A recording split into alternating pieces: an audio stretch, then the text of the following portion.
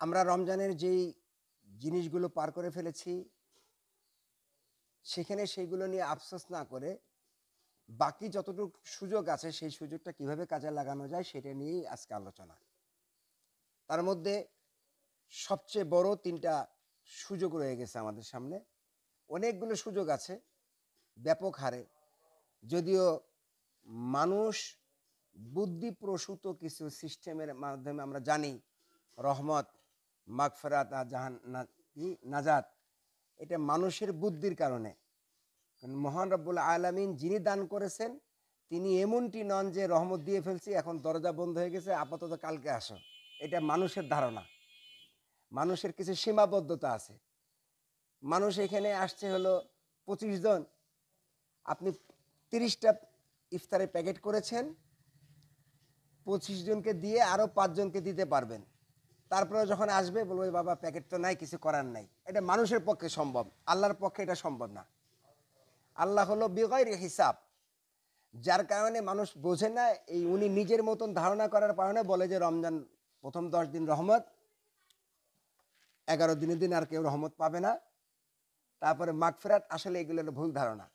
আসলে হলো পুরা এই রমজানটাই হলো সমস্ত আল্লাহর যতগুলো সিফাত আছে, যতগুলো উদারতা আছে, যত ক্ষমার রহমত মাগফিরাত যা কিছু আছে, পুরা রমজান মাসটাকে আল্লাহ ঘিরে রাখছেন।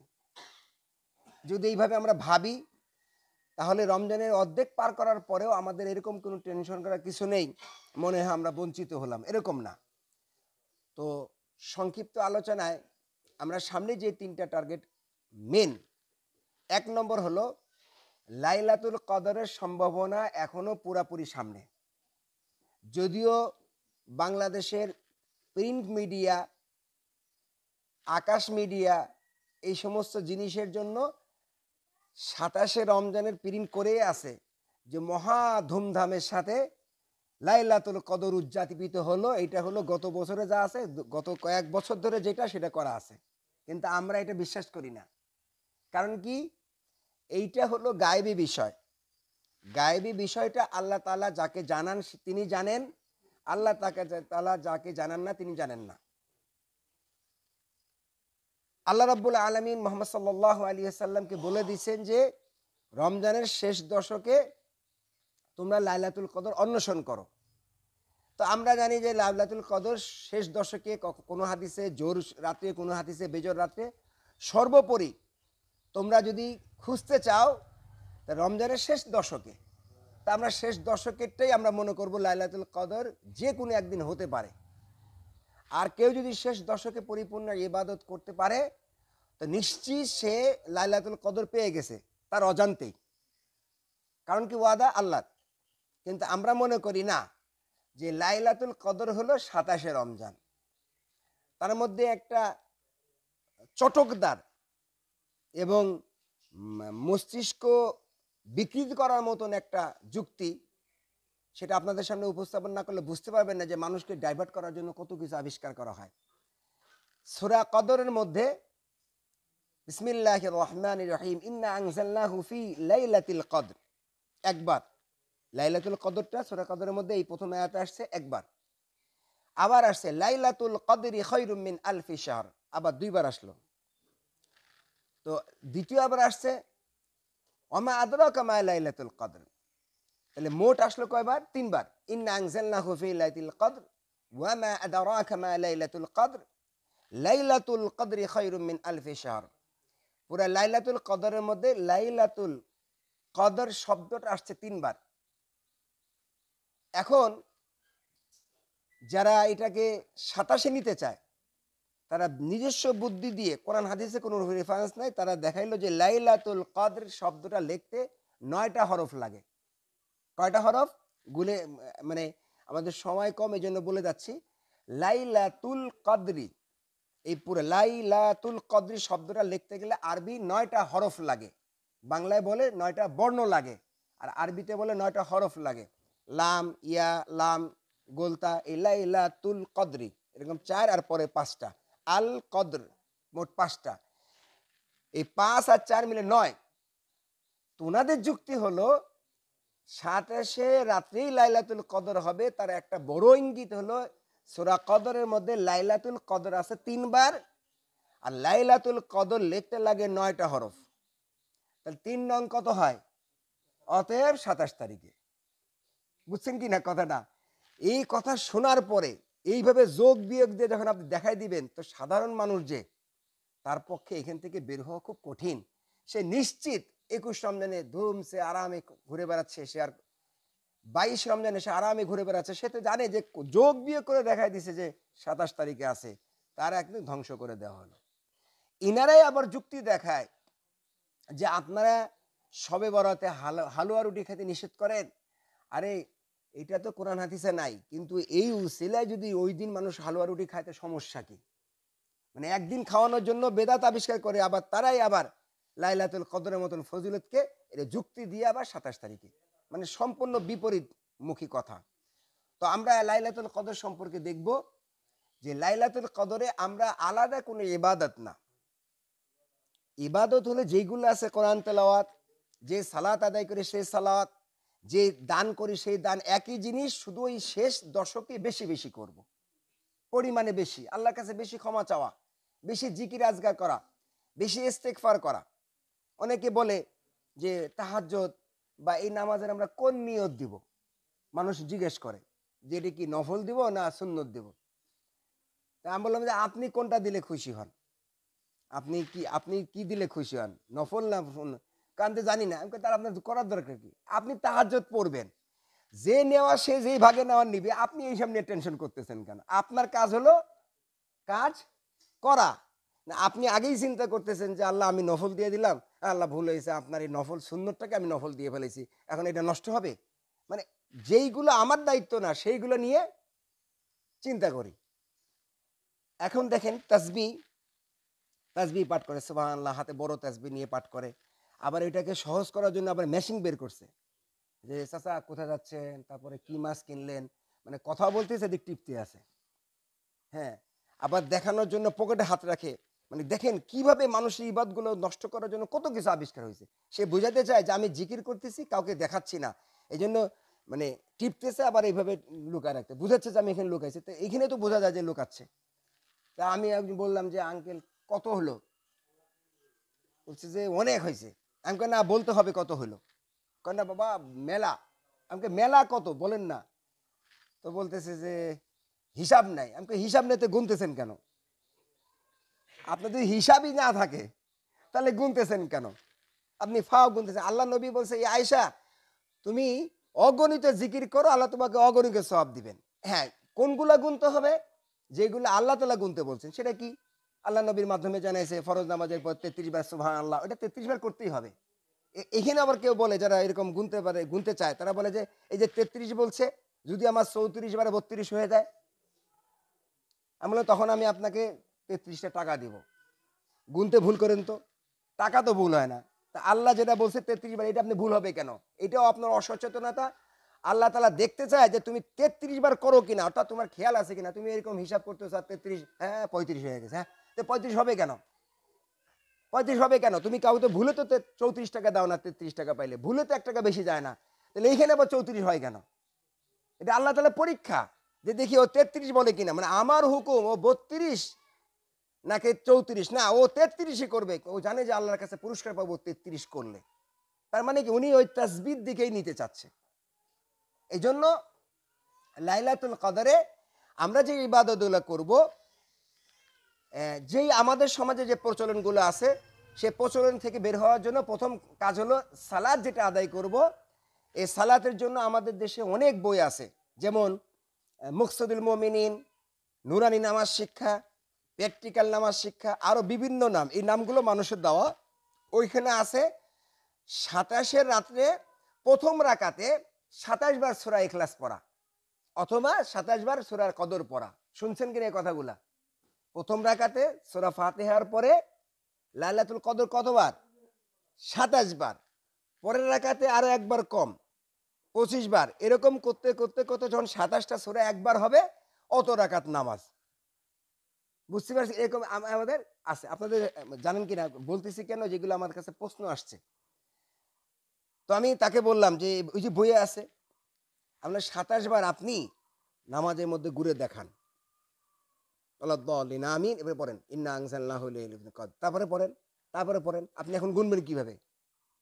২৭ হইছে কিনা এটা আপনি কিভাবে মনে রাখবেন? কয়টা কাজ করতে হবে? হয় তসবিহ নিয়ে বসতে হবে অথবা ব্যাপারীর মতো বলতে হবে। এই যে পাল্লা মাপে আর কি বলে? একটা দেখো এক্স, এক্স, এক্স আবার মনে রাখার জন্য কি ২, ২ এরকম গুনতে থাকে না?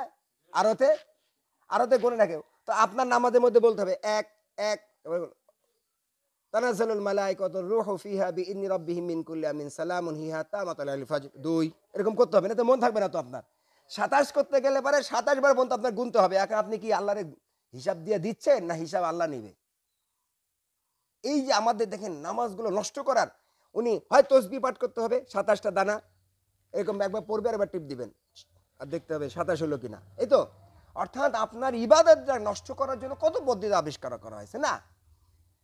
যদি আল্লাহর কাছে সালাতের মধ্যে সবচেয়ে দামি সালাত কোনটা? ফরজ সালাত।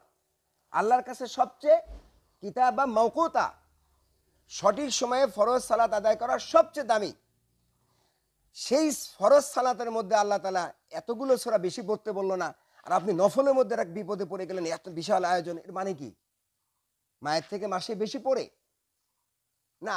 ফরজ সালাতটাই যেহেতু আল্লাহ তাআলা সহজ করে দিয়েছেন, মানুষ সালাত আদায় করবে বিরক্তি হওয়ার উদ্রেক হওয়ার আগে। আবার দেখেন ৪ রাকাত আবার ২ রাকাত, মানুষের স্বভাবের মধ্যে চলচলাতে আছে। ইন্নাল ইনসানা খুলিকা আজুলা, মানুষের সৃষ্টির মধ্যে আছে সে কোনো সময় কোনো কিছু বেশি করতে চায় না।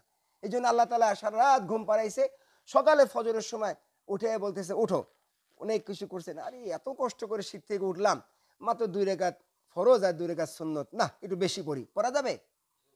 মানে কি অল্প, মানুষ যখন অল্প হবে তাহলে পড়বে না। এই যে ঘুমেতে উঠলাম বিরক্ত লাগতেছে না ২ রাকাত, বাহ মাত্র ২ রাকাত ২ রাকাত ৪ রাকাত। এই মানুষের মেজাজের সাথে আল্লাহ সম্পর্ক রাখছে। কাজ করছেন সুদা বের হয়ে যান, অবতাগু মিন ফাদলিল্লাহ, বের হয়ে আবার দুপুরবেলা আপনার শরীরের একটা টেম্পারেচার আছে, শরীরের মধ্যে একটা মেকানিজম আছে, মানুষের মস্তিষ্ক কতগুণ কাজ করতে পারে, তার শরীরের হাড়গুলো কতগুণ সে ব্যবহার করতে পারে, ঠিক ততগুণ সময় আবার জোহরের রক্ত করে দেয়। এটা আল্লাহ তাআলার মেকানিজম। মানুষ বোঝে না, মানে আট্টু করি করে সে পরে যে ক্ষতিগ্রস্ত হয় সে বোঝে না। আল্লাহ জানে তার মস্তিষ্ক, তার শরীর সবকিছু কতটুকু কাজ করতে পারে। সেই কাজ করার সাথে সাথে সূর্যের সাথে সম্পর্ক আছে, সূর্য থেকে এসে কতটুকু ক্যালোরি নিচ্ছে। যেই দুপুর হয়ে গেছে তখন তার ক্যালোরি আসাটা মাত্রা বেড়ে গেছে। সূর্য মাথার উপরে থাকলে একরকম হয়, এদিক থাকলে আরেক রকম হয়, এই পাশে গেলে আরেক রকম হয়। তখন সে গোসল করে জোহরের সময় ২ রাকাত সালাত আদায় করে সেজদায় যেয়ে যখন তার সমস্ত সার্কুলেশন, ব্লাড সার্কুলেশন, রক্তর চলাচল যখন সে বৃদ্ধি করে নিয়ে আবার সালাম ফিরে যখন আবার নতুন কাজে যাবে তখন সূর্য হেলে যাচ্ছে। আগে হলো সূর্য গতি বাড়ছে আর এখন সূর্য গতি কমতেছে। ঠিক কতক্ষণ পরে এখন আর তাকে গুছাই ফেলতে হবে ঠিক আসরের সময়। এগুলো সায়েন্টিফিক কথা, আমরা পরে দেখব। মেনলি আমাদের কথা হলো আল্লাহর হুকুম মানার মধ্যেই বান্দার কামিয়াবি। কোনো বুদ্ধি শুদ্ধি যুক্তি এগুলো খাটালে পরে সে ধরা খেয়ে যাবে। যেমন উনি বলতেছেন যে আমরা মেলা হয়েছে, মেলা হওয়ার তো দরকার নাই, আপনাকে তো পড়তে বলা হয়েছে। এই জন্য লাইলাতুল কদরে ১ নম্বর হলো আমরা কেয়ামুল লাইল, এই কেয়ামুল লাইল করার জন্য কেয়াম করতে হয়। কেয়াম মানে দীর্ঘক্ষণ দাঁড়ানো। দীর্ঘক্ষণ দাঁড়ানোর জন্য আমরা যারা সাধারণ মুসল্লি তাদের একটু দুর্বলতা আছে, সেটা হলো কতক্ষণ দাঁড়াবো। আমার সূরা মুখস্থ আছে অল্প, এটার জন্য আমাদের ২টা পদ্ধতি আমরা দেখব। একটা হলো যতগুলো সূরা মুখস্থ আছে তাকবীরুল্লাহ থেকে নিয়ে সালাম ফেরান পর্যন্ত আমার হলো সালাত। সালাম ফিরায় ফেললে পারে পরবর্তী সালাতের সাথে এর কোনো সম্পর্ক নাই। যদি না হয়ে থাকে তাহলে আমি প্রথম রাকাতে সূরা ফাতিহা পড়ব। সূরা ফাতিহা পড়ে আমি আলাম তারা পড়ব, আলাম তারার পরে লিইলাফি পড়ব, তারপর আরো আয়াতাল্লাযী, এই সূরাগুলো পড়ে আমি কিয়াম অর্থাৎ লম্বা করতে দেবো সালাতটা আমি বুঝতেছি না যে লম্বা কিভাবে করে। এই একটা। আর একটা হলো একই সূরা বারে বারে পড়া, যাদের এই সিরিয়াল মুখস্থ নেই। আলাম তারা, লিইলাফি, আরাইতাল্লাযী আমি যখন করবো হাফেজের মতো আমার নামাজটা লম্বা হবে, আমার সালাতটা লম্বা হবে। রাসূল করিম সাল্লাল্লাহু আলাইহি ওয়াসাল্লামের কাছে সাহাবীরা যেয়ে বললেন আম্মাজান আয়েশা তার স্ত্রীদের কাছে যে তার সালাত কেমন ছিল, বলো তুলুহুন্না, তার সালাতের দীর্ঘতা এবং সৌন্দর্যের সম্পর্কে তোমরা আমি কি বলবো, অর্থাৎ কোনো ভাষা নেই। যার আগের গুনাহ মাপ, পরের গুনাহ মাপ, তাকাদ্দাম মিন যামবিক, লিয়াগফির লাকাল্লাহু মা তাকাদ্দামা মিন যামবিক, সূরা ফাতিহা 2 নম্বর আয়াত আল্লাহ তাআলা বলতেছেন, হে নবী, আমি তোমার আগের গুনাহ মাফ করে দিয়েছি অগ্রিম। সুবহানাল্লাহ, অগ্রিম মাফ করে দিয়েছি। কারণ আল্লাহ তাআলা তার নবীর স্বভাব সম্পর্কে জানেন যে আমার হুকুম ছাড়া সে বিন্দু মাত্র নড়বে না। আর যেখানে যখন পদস্খলনগুলো হয়েছে উম্মতকে শিখাই দেওয়ার জন্য আল্লাহ তাআলা কখনো কখনো নবীকে ভুলাই দিয়ে এটা শিক্ষা দিয়েছেন। যেন ইনশাআল্লাহ বলা ভুল, আরো কয়েকটা আছে। এইটা নিয়েও আবার আমাদের প্রতিপক্ষ যারা তারা বলে যে নবীর ভুল ধরে। এখানে আল্লাহ তাআলা নবীকে শিক্ষা দেওয়ার জন্য ভুল করায় নিছে, আবার অন্য সময় মেনে নেয়। তাহলে আল্লাহ নবীর গুনাহ যেটা অগ্রিম আল্লাহ মাফ করে দিয়েছেন, তাকাদ্দাম মিন যামবিহি ওয়া মা তাআখার, আগেরটা পরেরটা দুইটা মাফ করে দিয়েছেন। সেই নবীর ব্যাপারে আল্লাহ নবীর স্ত্রীরা বলতেছেন তার অতুলুহুন্না, সালাতের দৈর্ঘ্যতা এত সুন্দর, এত মানে কিভাবে বুঝাবো। আব্দুল্লাহ ইবনে আব্বাস রাদিয়াল্লাহু তাআলা আনহু উনি বলতেছেন যে ওনার খালা ছিলেন মাইমুনা রাদিয়াল্লাহু তাআলা আনহা। উনি খালার বাসায় গেছেন বেড়াইতে, রাতে খালার কাছে ঘুমাইছেন। আল্লাহ নবী এবং তার স্ত্রী মাঝে ঘুমাইছেন, ছোট ছিলেন। আবার আব্দুল্লাহ ইবনে আব্বাস রাসূল করিম সাল্লাল্লাহু আলাইহি ওয়াসাল্লামের চাচাতো ভাই ছিলেন। আল্লাহ নবীর চাচা হলো আব্বাস, তার ছেলে হলো আব্দুল্লাহ। আবার ওদিকে খালা খালার ওনার স্ত্রী, আল্লাহ নবীর স্ত্রী ছিলেন তার খালা। উনি বলতেছেন রাত্রে আমি ঘুমাইছি, ছোট মানুষ আগেই ঘুমাই গেছি, ঘুম ভেঙে দেখি যে আল্লাহ নবী শব্দ করতেছেন, অর্থাৎ যাবেন একটু উজু করবেন, একটু শব্দ হয় না, তখন ঘুম ভেঙে গেছে। আমি মনে করেন দেখি আল্লাহ নবী কি করেন, দেখেন যে উনি সালাত আদায়ের জন্য আল্লাহ নবী দাঁড়ায় গেছেন। তো আমিও যে উজু করে আল্লাহ নবীর কাছে দাঁড়াইলাম। আল্লাহ নবী সালাতের মধ্যে আমাকে টেনে নিয়ে পাশে দাঁড় করাইলেন। এটা অনেক বড় কাহিনী। তো উনি আমি আমার পিছে চলে গেলাম। আবার আল্লাহ নবী সালাতের সময় আবার দেখি যে ওই ছড়ে নাই, রাতে সালাতে খেয়াল করছে, ছোট মানুষ আবার কাছে নিয়ে আসছে। উনি বললেন যে আমি দেখলাম আল্লাহ রাসূল সূরা বাকারা শুরু করলেন। তাই মনে করলাম যে হয় 100 আয়াত পরে হয়তো রুকুতে যাবেন। দেখি আবার 100 পরের থেকে পড়া শুরু করছেন, মানে 200 আয়াত পড়বেন। আমি মনে করছি মানে সূরা শেষ করবেন। সূরা বাকারা আড়াই পারা, প্রথম রাকাতে আড়াই পারা শেষ। মনে করলেন তাহলে এই সূরা শেষ করলে মনে হয় দ্বিতীয় সূরা মানে রুকুতে যাবে। দেখি না আবার দ্বিতীয় শুরু করছেন আলী ইমরান 3 নম্বর সূরা, সূরা ফাতিহা 1, বাকারা 2 আর আলী ইমরান 3 শুরু করলেন।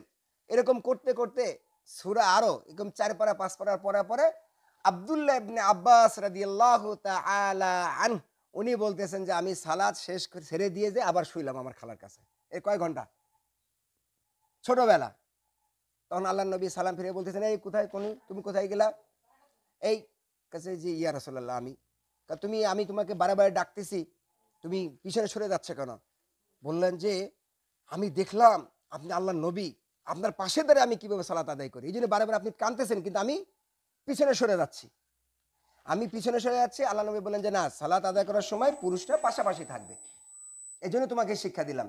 আর বললেন যে তুমি চলে গেলে কেন? বলছে আপনি যতক্ষণ দাঁড়ায় থাকলেন আমার পায়ে আর দাঁড়ানো সম্ভব না। এই হাদিস থেকে আমরা প্রমাণ পাই যে আল্লাহ নবীর সালাতটা কত লম্বা ছিল। এই জন্য আমরা লাইলাতুল কদরের এই শেষের 10 রাকাতে আমরা যে সালাতগুলো আদায় করব, সেই সালাতের মধ্যে আমরা খেয়াল করব বেশি বেশি লম্বা লম্বা সূরা। আর যাদের লম্বা সূরা যদি না থাকে, একই সূরা সিরিয়ালে লম্বা করে পড়ব। হয়তো 10টা সূরা মুখস্থ আছে, 2 রাকাত নামাজের মধ্যে আমরা প্রথম রাকাতে 8টা সূরা, পরে 2 রাকাত 2টা সূরা পড়ে যখন শেষ হবে সালাম ফিরে আবার এরকম করব, তাহলে সালাতটা লম্বা হবে। আর যদি না পারি তো একই সূরা বারে বারে পড়া যায়। আল্লাহ নবী একই সূরা বারে বারে, আযাবের সূরা, রহমতের সূরা, তাসবির সূরা, এগুলো বেশি বেশি পড়তেন, আমরা সেভাবে পড়তে পারি। 2 নম্বর যেটা, সেটা হলো বেশি বেশি দান করা। আল্লাহ নবী এই শেষ দশকে পুরো রমজান মাস আসলেই মৌসুমি বাইয়ের মতন আল্লাহ নবী দান করতেন। আর এই দানের পরিমাণটা শেষ দশকে আরো বেড়ে যেত। যদি লাইলাতুল কদর হয়, 1 টাকা দান করলে কত টাকা হচ্ছে? 1 রাতের মূল্য কত? 84 বছর 4 মাস, 1000 মাসের সমান। লাইলাতুল কদরে যদি কেউ একটা কাজ করে তার কতটুকু সওয়াব হচ্ছে। এই জন্য আমরা ওই সময় বেশি বেশি দান করা, দিনে একটা পরিমাণ রাখি। ওই সময় আমার টাকা পয়সা নাও থাকতে পারে, কিন্তু আমি পরিমাণ করে রাখি যে ডেলি এতটুকু আমি দান অবশ্যই করব। আর কিছু না পারি, কমসে কম একজন মেহমান যেন আমার সাথে ইফতার করে, আমার খানাটাই ওনাকে খাওয়াই দিলাম, হতে পারে না? কোনো ব্যাপার না। আল্লাহ নবী বলেন যদি কাউকে ইফতার করানো হয়, যে যাকে ইফতার করালো তার সমপরিমাণ সওয়াব ইফতার করানেওয়ালার সওয়াব হবে, কিন্তু তার সওয়াব বিন্দু মাত্র কম হবে না। তাহলে কিয়াম আর হলো দান, প্রচুর দান করতে হবে। এই শেষ দশকে আমাদের পরিমাণ থাকবে, তার মধ্যে গুরুত্বপূর্ণ হলো ফিতরা। ফিতরাটা আমরা আদায় করব।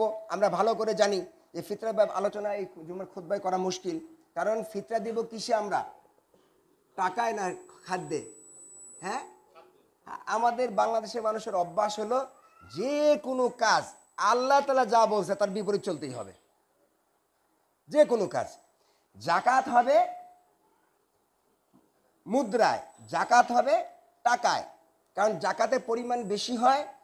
এই পরিমাণ বেশি হওয়ার কারণে একজন মানুষকে ইস্টাবলিশ করা যায়, পুনর্বাসন করা যায়। তাকে অনেকগুলো টাকা একবারে দিয়ে এমনভাবে দিতে হবে যেন সামনের বছর সে জাকাতদাতা হয়ে যায়। এইভাবে সমাজের দরিদ্র বিমোচন হবে।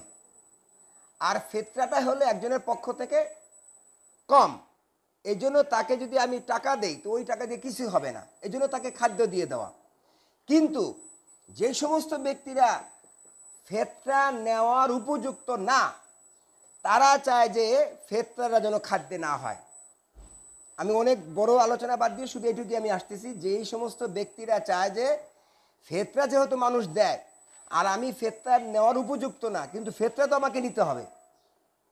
এই ফিতরা নিতে গেলে কি করতে হবে? এইটাকে টাকায় রূপান্তরিত করবে। টাকায় আপনার কাছে এসে বললো বাবা ফিতরা দেন, তো বললো যে চাল নেন অথবা গম নেন অথবা খেজুর নেন, বলছে এইগুলো আমার কষ্ট হয়, আমার টাকা দেন। কারণ কি, সে ফিতরা নিতে গেলে এই সবার সামনে সে চাল নিতে লজ্জাবোধ করতেছে, কারণ কি তার বাসায় চাল আছে। আর টাকা দিলে সে সবার সামনে ফিতরা নিয়ে চলে যাচ্ছে, কেউ বুঝতেছে না এই লোক ফিতরা খায়, কিন্তু আসলে সে ফিতরা খাওয়ার উপযুক্ত ছিল না।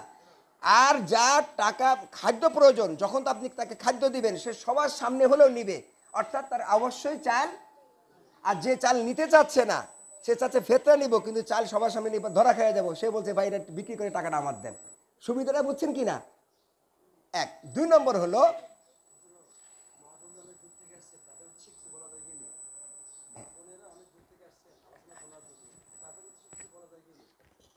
আচ্ছা আমার আচ্ছা ইনশাল্লাহ এখন আচ্ছা সে ফিতরাতে পরে কথা হবে। তো আমরা নতুন মেহমান আসছে, ইয়ে করা যায় না শেখ, এই ফরজ পরে 10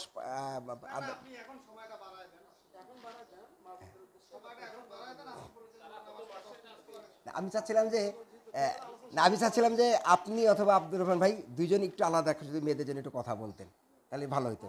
ভিন্ন না, এখানে আসলে আলোচনা হলো, আলাদাভাবে করা যায় না একটু? হ্যাঁ করে, হ্যাঁ হ্যাঁ। তো এই ইবাদতের ক্ষেত্রে আমরা এখন খেয়াল করবো সামনে যেটা আছে, এটা ইনশাল্লাহ এই যে ফিতরার ব্যাপারে আলোচনা হয়েছিল, যেহেতু আমাদের বোনেরা আসছেন আলহামদুলিল্লাহ, যে আল্লাহ নবীর সময়ের একটা বিশাল সুন্নত আমাদের মসজিদে আজকে থেকে শুরু হলো আলহামদুলিল্লাহ। আমরা জানি যে মেয়েদেরকে মসজিদে নেওয়া যায় না, আমি এই ব্যাপারে একটু কথা বলি তাহলে ভালো হবে। জি হ্যাঁ, তো ফিতরার ব্যাপারে আমরা বুঝতে পারলাম যে যখন আমাদের ঘরোয়াভাবে আলোচনা হবে আমরা সেভাবে আদায় করব, এটাই আমরা এখানে আজকে আলোচনা মুলতবি রাখলাম। তো যেহেতু আমাদের বোনেরা আসছেন, যারা আগের থেকে অন্য মসজিদে সালাত আদায় করার অভ্যাস আছে, সে বোনের কাছে কোনো ব্যাপার না। অনেক বোন আসছে, এরকম সুযোগ কখনো হয় নাই, আজকে প্রথম আসছেন। তার ভুল ভাঙানোর জন্য আমরা বলতেছি যে আল্লাহর নবীর মসজিদে সবসময় নারী এবং পুরুষ দুই ধরনের মুসল্লি ছিলেন।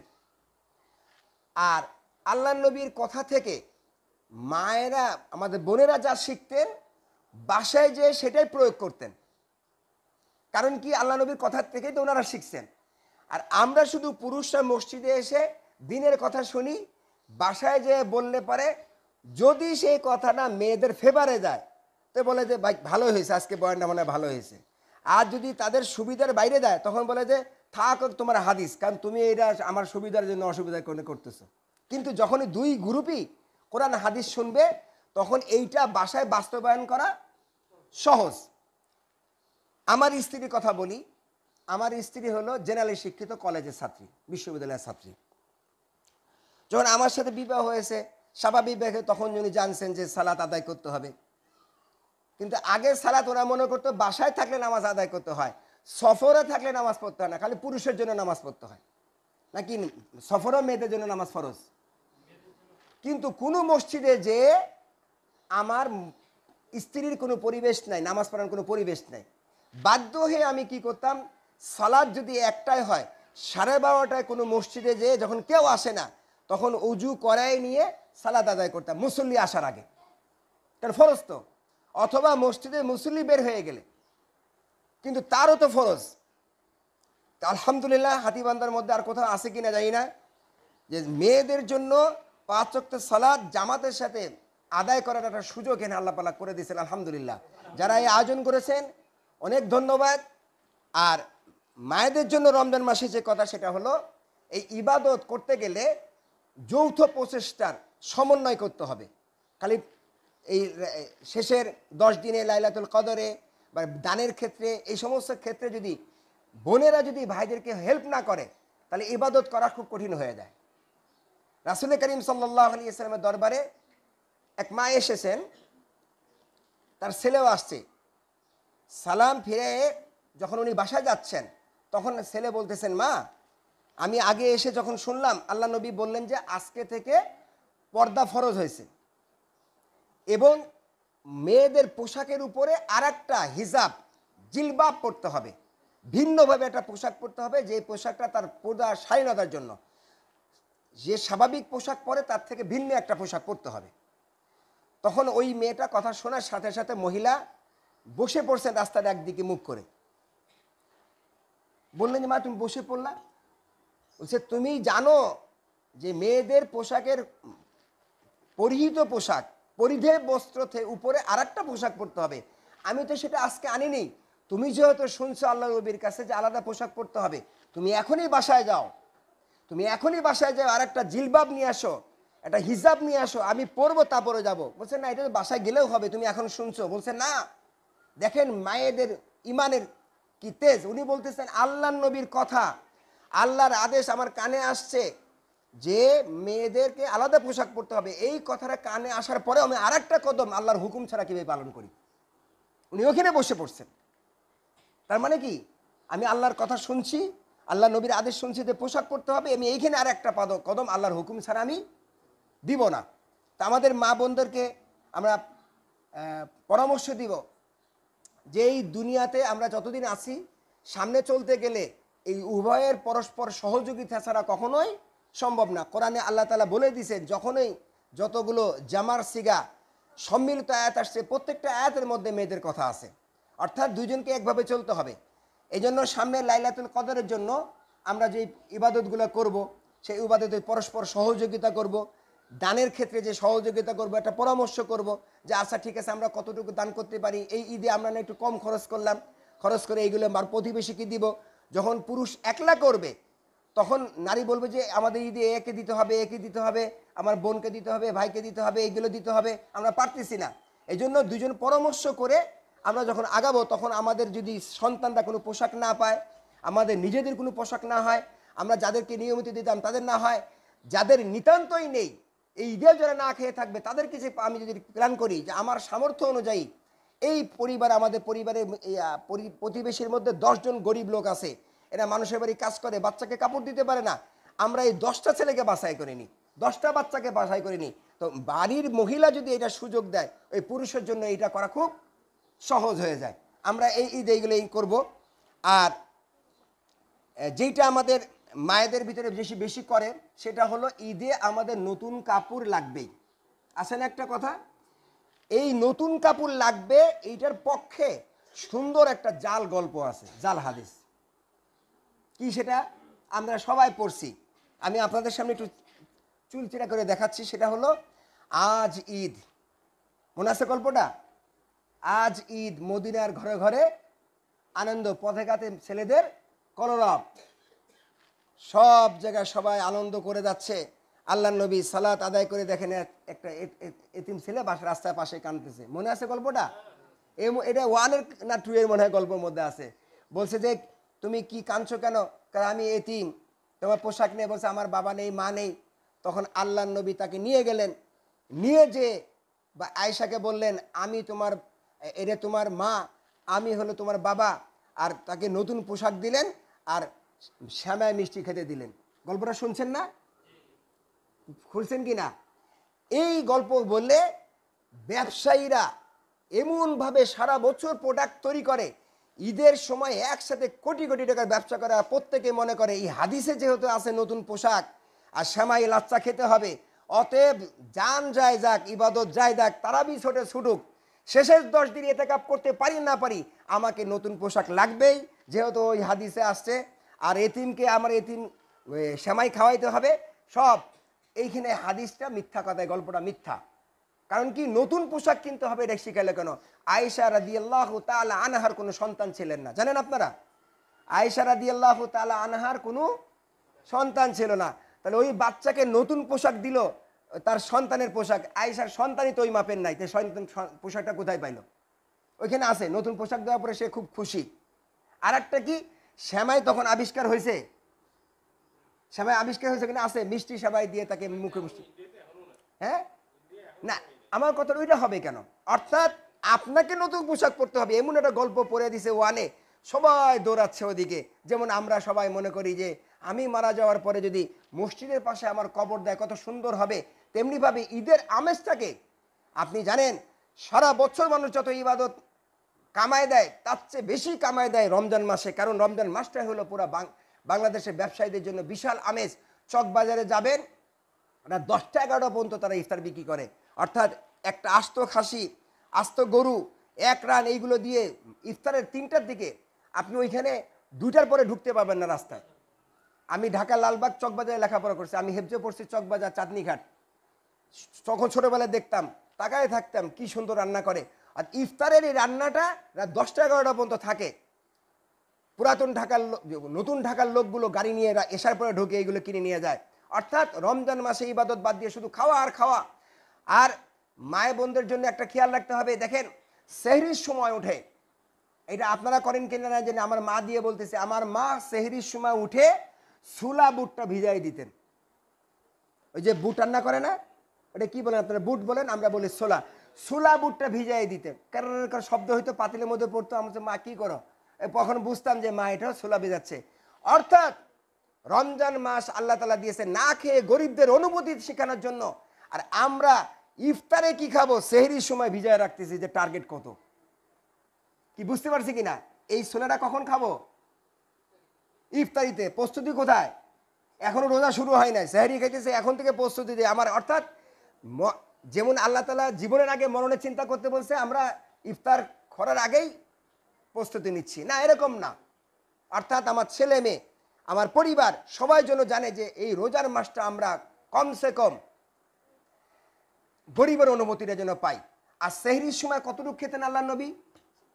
খালি খেজুর 7টা 8টা, আর শেষ সময়ে খেতেন। আর আমরা সেহরির সময় এতটুকু খাই, চিন্তা করি যে এই খাওয়াটা যেন কমসে কম ইফতার পর্যন্ত আমার পেটে থাকে। কতটুকু কমবে এরকম না হয়। এই জন্য মায়েদের ভূমিকা সবচেয়ে বেশি। আমরা একটু মেন্টালি সবাইকে যদি বাচ্চাদেরকে প্রস্তুতি নেই, আমাদের গরিব আশেপাশে যদি আছে কমসে কম তাদেরকে ডেলি কিছু ইফতার খাওয়াই, সেহরি দেই, এইগুলো আমাদের জন্য খুব উপকারী হবে।